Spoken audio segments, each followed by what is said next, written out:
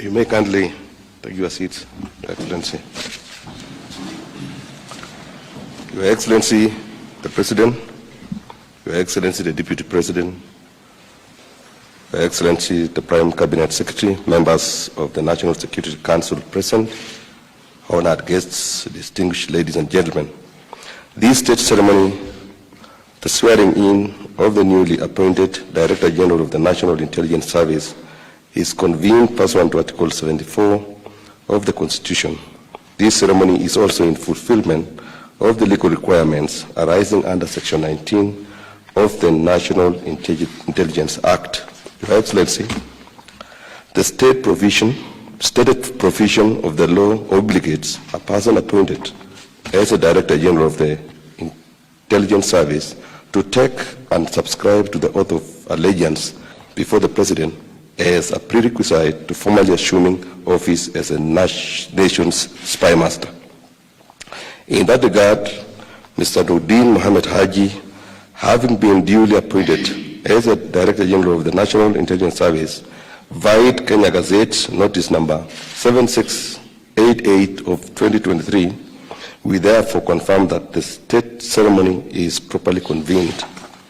With Your Excellency's kind indulgence, permit me now to invite Mr. Noordin Haji, the Director General of the National Intelligence Service, who by dint of this state appointment joins the membership of the National Security Council, to take and subscribe to his solemn oath of office. Mr. Noordin.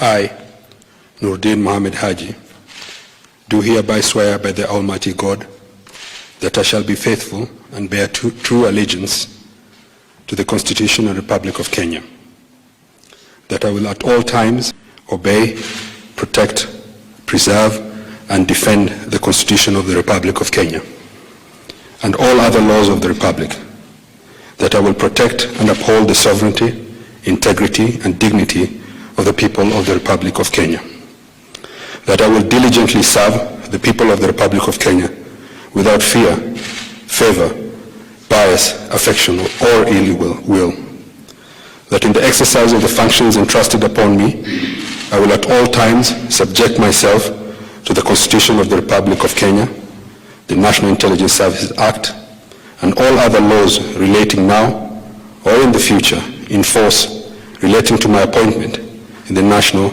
Intelligence Service. So help me God.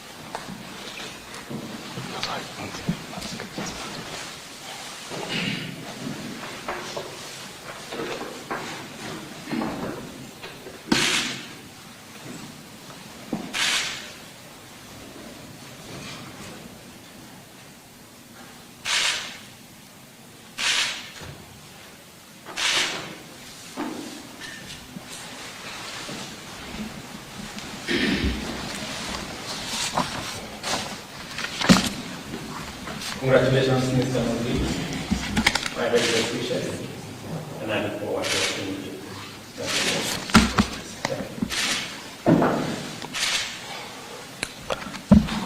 Your Excellency.